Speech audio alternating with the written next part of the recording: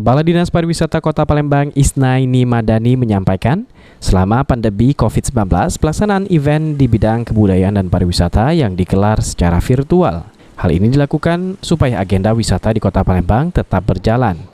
Meskipun di tengah wabah pandemi yang masih merebak di Kota Palembang, nantinya semua masyarakat bisa menikmati wisata secara online melalui siaran live, film, ataupun video. Menurut Isnaini Madani, melalui virtual ini, semua masyarakat bisa menikmati tanpa dibatasi. Sedangkan untuk mengadakan event secara offline belum bisa dilaksanakan. Lantaran Palembang masih menerapkan PPKM level 4 dan harus memiliki izin dari Satgas COVID-19 dengan jumlah penonton yang dibatasi.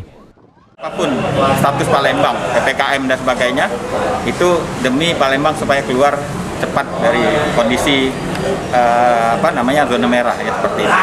Upaya-upaya ke depan tentu kita selenggarakan kegiatan ini secara virtual, tetapi kondisi harus normal dulu. Kalau Palembang masih kondisinya merah juga, ya kita juga tidak bisa tidak bisa kita menyelenggarakan kegiatan walaupun secara virtual. Kegiatan apa Pak seperti itu virtual? Ya rencana ke depan mungkin bidar kita selenggarakan secara virtual.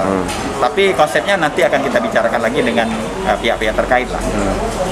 Yang jelas seluruh kegiatan event yang selama ini terkendala oleh prokes, ya tentu akan kita selenggarakan secara virtual. Pada tahun ini, Dinas Pariwisata Kota Palembang mengagendakan 71 event wisata tahunan. Para pengelola wisata diminta tetap mematuhi protokol kesehatan.